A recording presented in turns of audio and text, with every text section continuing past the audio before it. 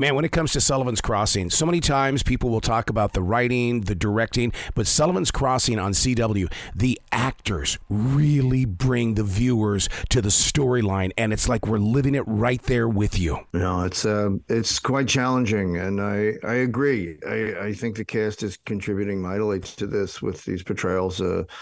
They're forcing us to dig really deep, and that's one of the reasons, the main reason actually I took this on is because it scared the heck out of me. And I questioned whether I was going to be able to pull it off. And I still do that every day. And that's kind of how you should go to work. And what I do is being a little bit out of your depth. And that's the challenge that you want to face. The thing that scares you is the thing that you should embrace. And we're embracing it every day, man. It's a real tightrope walk for us. But you're seeing the results. So thank you for noticing, One of the things that my wife and I have always talked about when it comes to Sullivan's Crossing is that we believe that you know that we're viewing it, and you bring so much to that screen because you know that we're out here. Right. Well, the thing that I always felt about this part in particular was that if I decided to take this on, it's a great responsibility. It's a huge responsibility to portray it accurately and as with much depth as you can possibly go down and drag out of yourself, right? So this would be the character to, I don't know, end my career on a high note, but to really, get everything you can out of yourself in order to be able to do these scenes, because as you know, they're heavy, man. We're going and getting the real stuff. And I think that's why people are gravitating to it too, much like you and your wife, is that they know they're not going to get shortchanged on the acting side. They're going to get the genuine, real emotions that are coming through the screen. Because we're living these characters and they're really affecting us. And being on set when this is happening, it's quite something. The atmosphere changes. You know when really deep work is happening because everybody gets very, very quiet and allows you the space to do it. There's something remarkable about a community of people coming together to film this, the crew. I'm talking about this fantastic crew. And they're so respectful of what we're trying to do.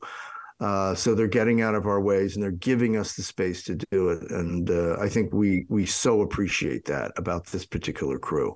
Not saying that that's not normal, it is, but it's one of the few times that I've been on a set where so many people have to dig so deep every single day.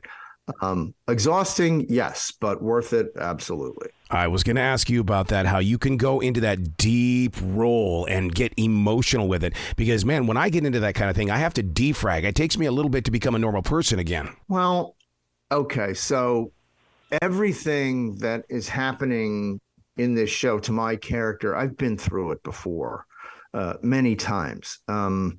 And I'm just bringing my life experience to the role. So it's there. So I trust that. And I've been doing this long enough where I just sort of let it happen. And that was the challenge. I thought, am I going to be able to do this? Am I going to be able to easily let this happen? Or is it going to be, if I'm just going to have to beat myself up and to try to get this stuff out of me in a performance? But it's showing up, and I'm allowing it to show up. And it's a nice place to be in my life and in my career, where I'm allowing this stuff to come up and sharing it with, the camera, with the intimacy of a camera, which is a truth machine, which doesn't let you lie, which is an added layer of pressure not to suck. You know what I mean?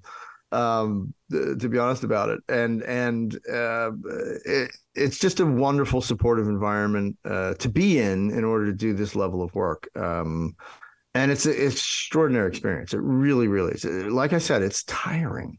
It really is. At the end of the day, you've been through it because you just sort of pour into your car and they drive you home and then they pour you out of the car into your condo. And you're like, 8 hours later, you're back in the car again, going to bare your soul again. But that's our job. That's what we do. It's so far so good. So when you pour so much of yourself into that role, has there ever been a time where you looked at everybody and said, that's not the way I really would have acted here? Oh, sure. Oh, yeah. And that's the beauty of what Roma does. She's available for that. She's open to that. And that's what makes it just extra special is if there is a tweak that needs to happen. And it's, it could be specific to me and what I need and how I can portray this moment. And I can usually do it. I can act it better than I can say it. Right. So that's a recurring theme. So behavior is really the focal point in what I do. I'm more interested in behaving in a way as opposed to saying things. Only as a last resort do you ever say anything. But behavior is a different story, and that's kind of what I like to do. And she's open to that, so I'm very grateful for that. Yeah, it's a wonderful relationship that we all have with Roma. She's a great enough talent to realize that she can't provide it all the time, that other people have ideas and suggestions and she's open to it. So that's very rare, by the way. And we're all very lucky. I was going to say, that sounds like the ultimate dream job, the one job that everybody wants to have, because in the end, as a team, as a family, you've all got something. Yeah, you feel like you really have skin in the game, that you're a part of building this whole thing and that your ideas are being taken seriously. And it's just, it really just comes down to because they're asking you to dig so deep and get at these real truths of these themes. They're respecting you and they're saying, you know what, if you're going to do this and you've given me so much so far, yes, let's see how it works out. If we cut this line or we change this line or something like that. And I think a lot of actors don't get enough credit for being good writers too. Okay. And I think you have to be really at the top of your game. You really have to know writing. So they're very open to it over there, and I think we're all very lucky as a result. And I think it reflects in the quality of the show. I think it really helps the show. So yeah, it is. It actually is a dream job and a dream location for sure. Would you say that Sullivan's Crossing is our escape right now? With all the yuck in the world, we go to Sullivan's Crossing on CW. We see what you're going through and we go, whew, life isn't that bad after all, because look at what they're going through on that show. You think you got it rough, just check out Sully, what he's going through. Yeah, that's the responsibility I feel. I feel this huge responsibility to portray this character as honestly and as deeply as I can. And if I can do that, I feel like I've put in a good day's work. That's my job. So it's a big responsibility to the audience to be as real and honest in this portrayal as I possibly can be on any given day. And yeah, I mean, it's also, if you really think about it, it's a real honor to be given the responsibility to do something like this. Acting is a very noble profession. And I know a lot of people won't agree with that, but we do have a responsibility to portray humanity in not such a good light sometimes. And then, the better angels of our nature, to bring those out as well. And I think this show has both of that. And at the end of the day, it's a positive experience because we're all we're all facing our demons in real and powerful ways, but we're trying to come out on top. We're trying to do the right thing by the community, by the family, to ourselves. So there's a real, what I would say, positive tension for an audience to experience. Like, is he going to do it? Is she going to do it? Yay, let's root for them. So there's a lot to root for here because they recognize it in themselves. And if we can give anybody any kind of strength, to sort of examine their own lives and their own addictions or what have you, their own issues, then, we feel very good about that. So it's just, again, and I don't mean to repeat myself, but it's a huge responsibility and we all take it very seriously. I'm blessed with the opportunity to talk with a lot of these beautiful authors that create these unbelievable novels. Did you get to read this book or meet the author of this book before going on to Sullivan's Crossing? No and no. I don't want to be exposed or corrupted by what has been already written. I want to create something as if it's the first time. It's as if we're doing it. Because I don't want to judge the character or judge the work having already read. Now, there are a lot of actors who, if they're taking over a role on Broadway, they'll go to several productions and they'll see, like Eric Roberts, I think he either refused to go see John Malkovich burn this on Broadway in the late 80s, or he went to several productions to get a taste of it. Some people are different, right? They either want to read the book or they don't. Something like this that I was told from the beginning isn't an exact portrayal of the book. I wanted to stay away from, and I'm going to stay away from it. I think after the fact, maybe 10 years down the road, maybe I'll pick up a book and I'll say, oh, that's interesting. Well, we did this, we didn't do that, that kind of a thing, just as an exercise. But for now, I don't want to be exposed to it. I just rather feel like I'm creating something original in the moment, and that our team is doing that. It's really none of my business what's happened in the books at all. So put it that way. I love that, because when you look at the music of the 50s and 60s, they didn't have that kind of time to go back and redo it. And hey, let's do it this way. I love the fact that you really are invested in being unique. Yeah, the minute you expose yourself to something that has been written or it's a book, it that you're going to do the research and you're going to try to nail the psychology somewhat. But in something like this, I just wanted to stay far away from it. Not that I'm saying that they're not great books. I think everybody should go read them and then watch the show. Sure. And then they compare notes. That's kind of fun. But I just, as an artist, I didn't want to expose myself to it. I love that, because I read the book Rocky and then I went and saw the movie and went, oh, okay.